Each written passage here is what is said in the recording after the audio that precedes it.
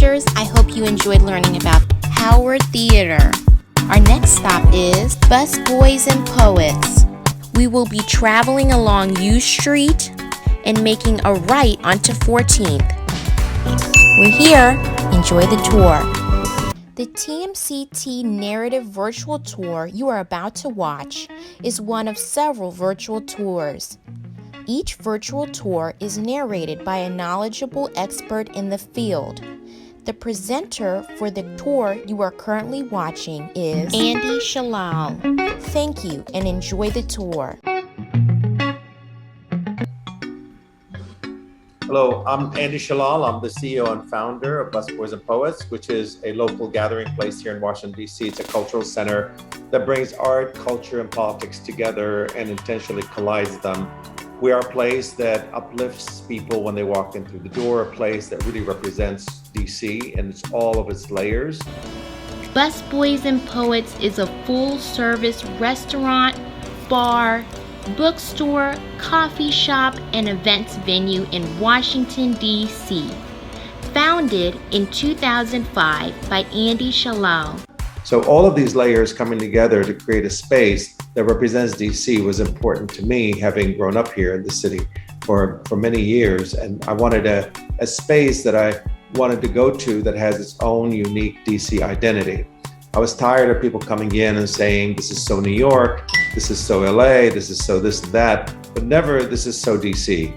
And I thought, well, why not? You know, DC has its own character. Why not create something that really does feel and look like DC? And that's where Busboys and Poets was born. The original Busboys and Poets is located at 14th and V in the U Street corridor. The name refers to American poet Langston Hughes, who worked as a busboy at the Wardman Park Hotel in the 1930s, prior to gaining recognition as a poet. Busboys and Poets is named after the great African-American poet Langston Hughes, probably one of the most prolific and best-known poets of the 20th century, certainly. Langston Hughes grew up in DC for a short period of time. He didn't grow up really here, but he lived here for a short period of time. He worked as a busboy at the Wardman Park Hotel, which is still there in Woodley Park in Washington. And one day when he was working there, a very famous poet by the name of Vacha Lindsay, who happened to be in town for some kind of conference, happened to walk into the restaurant where Langston Hughes was working. The young Langston Hughes at that time, who was 22 years old, slipped some of his poetry next to Vacha Lindsay's plate. So the next day on his way to work, Langston Hughes picks up the newspaper, and on it is said that Vacha Lindsay had discovered a busboy poet. A couple months later, he was able to leave that job and work full-time as a poet and speaker and writer, and traveled all over the United States after that. Shalal painted the giant civil rights movement themed mural covering one wall of the restaurant, titled Peace in Struggle Wall. He refuses to sign the mural, saying this would be a final gesture that would preclude him from making revisions later.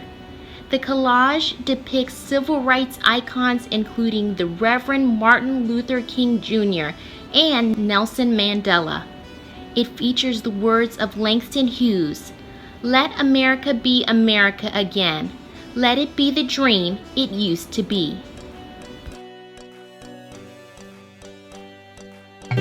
So I studied Langston Hughes when I was in middle school. It was one of the first really people of the Harlem Renaissance that I was introduced to. We had a really gifted teacher that was very much interested in teaching us American history through the Harlem Renaissance. And learning about Langston Hughes, he also required us to memorize poetry. Well, I didn't speak in English. I had just come from Iraq very recently, was 10 years old at the time, and she made us memorize poetry. Of course, not speaking the language, I could still memorize, but I didn't understand the words. But it was very empowering to be able to say words that you may not know what they mean, but they're coming out of your mouth. So I memorized lots of Langston Hughes poetry.